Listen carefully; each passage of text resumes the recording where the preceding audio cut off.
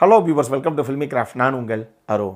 இந்த எபிசோடில் சுழல் த வெர்டெக்ஸ் சீசன் 2 சீரீஸ் எப்படி இருக்குது அப்படின்னு தான் இங்கே நம்ம பார்க்க போகிறோம். இந்த கதையில் நீதி, நேர்மை, நியாயம், நல்லவங்களுக்கு நல்லதே நடக்கணும் அப்படின்னு ஒரு குணாதிசயம் இருக்கக்கூடிய ஒரு நேர்மையான லாயராக வரக்கூடிய லால் அவருடைய பீச் காட்டேஜ் ஹவுஸ்லேயே இறந்து போய் கிடக்கிறாப்புல சீரீஸுடைய ஆரம்பத்திலேயே.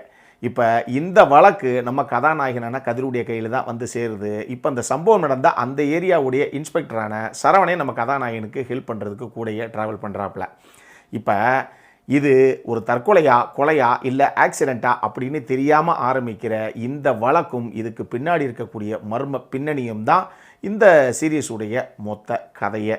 இந்த விமர்சனத்தை பொறுத்தளவுக்கு முதல்ல மொத்த விமர்சனத்தையும் பொறுமையாக கேட்டுட்டு அதுக்கப்புறம் இதை பார்க்கலாமா வேணாமா அப்படிங்கிற அந்த காலை நீங்களே எடுத்துக்கோங்க. இந்த சீரீஸை பொறுத்தளவுக்கு இன்றைக்கி டேட்லையும் உலகளவில் நடக்கக்கூடிய ஒரு முக்கியமான க்ரைமை பேஸாக எடுத்துக்கிட்டு அதை க்ரைம் த்ரில்லர் ஃபேன்ஸுக்கெல்லாம் பிடிக்கக்கூடிய வகையில் ஒரு லாக்டு ரூம் மர்டர் மிஸ்ட்ரியாக இந்த டீம் ப்ரெசென்ட் பண்ணியிருக்கு. அதுவும் ட்விஸ்ட் அண்ட் டர்ன்ஸ்னு எல்லா சம்பவங்களையும் வச்சு அதையும் அவங்க ஹூடன் இட் அப்படிங்கிற மாதிரி ஒரு ஸ்டைலில் தான் இந்த கதையை அவங்க ப்ரெசென்ட் பண்ணியிருக்காங்க. இதை புஷ்கரன், காயத்ரி 2 பேரும் சேர்ந்து எழுத பிரம்மா அண்ட் சர்ஜன் கேஎம் அப்படின்னு 2 பேரும் சேர்ந்து தான் இதை இயக்கியிருக்காங்க.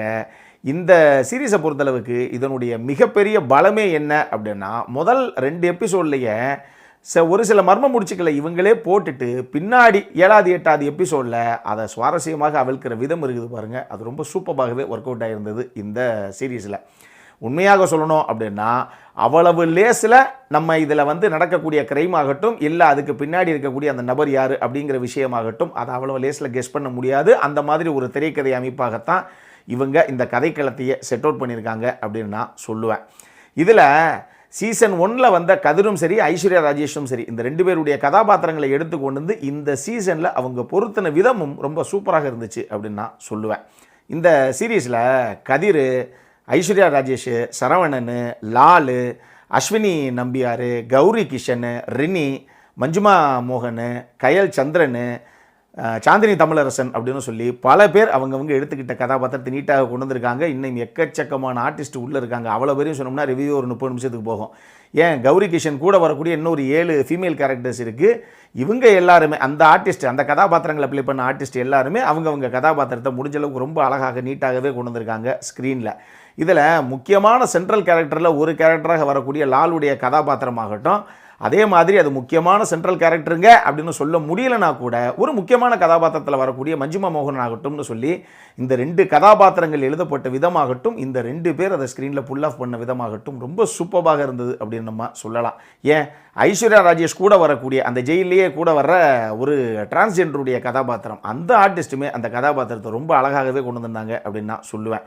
இதில் ஐஸ்வர்யா ராஜேஷ், அஸ்வினி நம்பியார், கௌரி கிஷன், மஞ்சுமா மோகன்னு சொல்லி இந்த குறிப்பிட்ட 4 ஆர்டிஸ்ட்டுமே அவங்கவுங்களுக்கு கிடைச்ச எமோஷனலான ஒரு ஹார்ட் ஹிட்டிங்கான ஒரு சீனை அவங்கவுங்க முடிஞ்ச அளவுக்கு எக்ஸ்ட்ராடினரியாக பெர்ஃபார்மன்ஸில் கொண்டு வந்திருந்தாங்க ஸ்க்ரீனில். சாம் சிஎஸுடைய மியூசிக்கை பொறுத்தளவுக்கு இந்த சீரீஸ் ஃபுல்லாக ஒரே திருவிழா தான், எல்லாம் பாட்டுகள் தான். அதில் பேக்ரவுண்ட் ஸ்கோரிங் அவர் இந்த சீரீஸ் ஃபுல்லாக கொண்டு வந்த விதமாகட்டும், அந்த முதல்ல ஒரு காளிக்கான பாட்டு ஒன்று இருக்குது.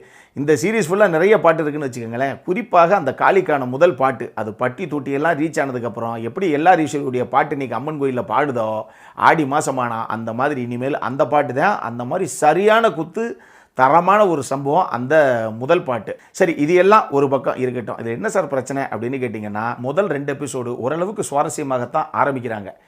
கடைசி 7, 8ன்னு சொல்லி 2 எபிசோடும் செம்ம ஃபயர் ஆகி சூப்பராக முடிக்கிறாங்க. அதில் தான் ட்விஸ்ட் அண்ட் டர்ன்ஸ் நிறைய ரிவீலிங் பாட்டு உள்ளே இருக்குது.